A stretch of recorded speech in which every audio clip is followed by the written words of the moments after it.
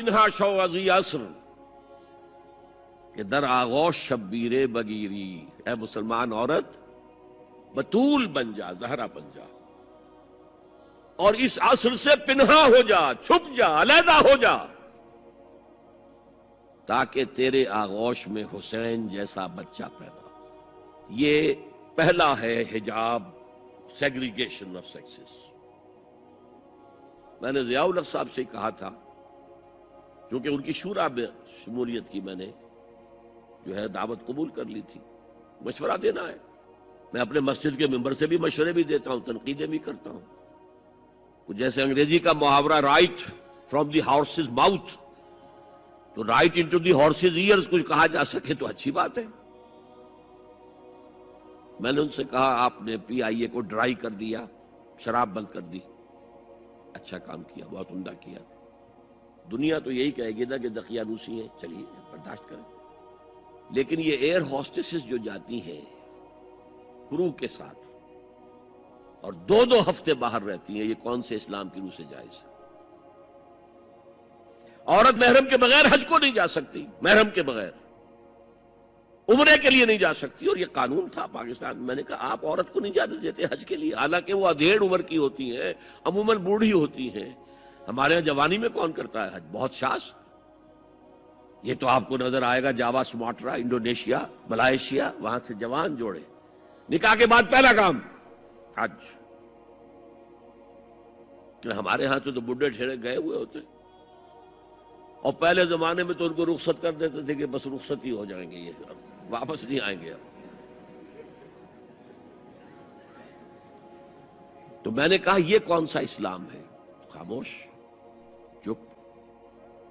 میں نے کہا یہ ناشتے کی ٹرے اور کھانے کی ٹرے مرد نہیں رکھ سکتے سامنے؟ میرے خلاف باقاعدہ خواتین نے جلوس نکالے پاکستان میں جب میں نے پردے کی بات کی۔ گورنر سندھ کی بیوی جو ہے اس نے لیڈ کیا جلوس کو۔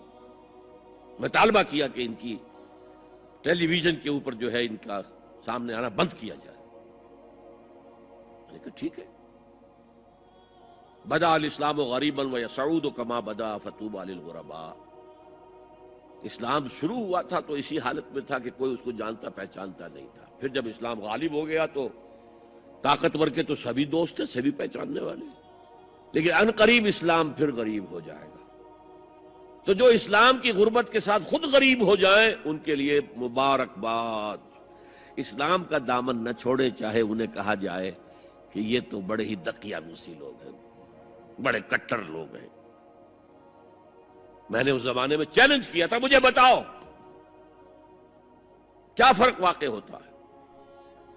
آپ کہیں گے عورتوں کو اگر ہم گھر میں بٹھائیں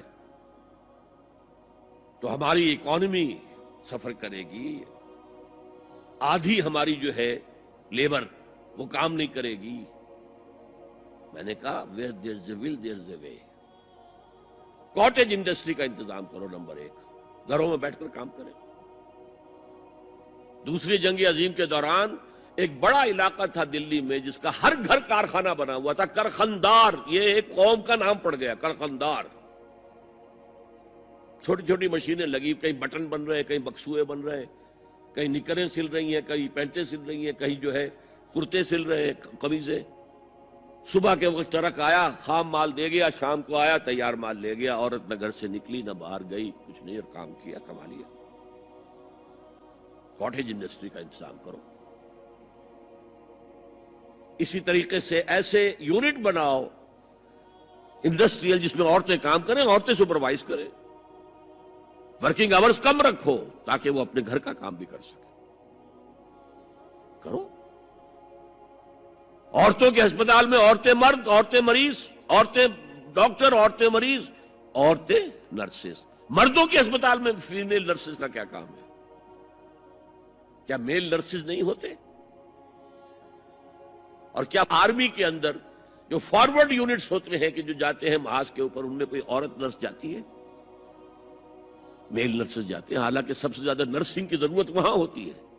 کسی کا بازو اڑ گیا ہے، کسی کی ٹانگ اڑ گئی ہے، کسی کے پیٹ میں آ کر کسی بم کا ٹکڑا جو ہے لگایا، تڑیاں باہر نکلی ہوئی ہیں، تو نرسنگ سب سے زیادہ وہاں ضروری ہے۔ وہاں تو فیمیل نرسز نہیں ہوتی، میل ہوتے ہیں۔ سیگریگیشن سیگریگیشن سیگریگیشن، یہ آگ اور پانی کا مل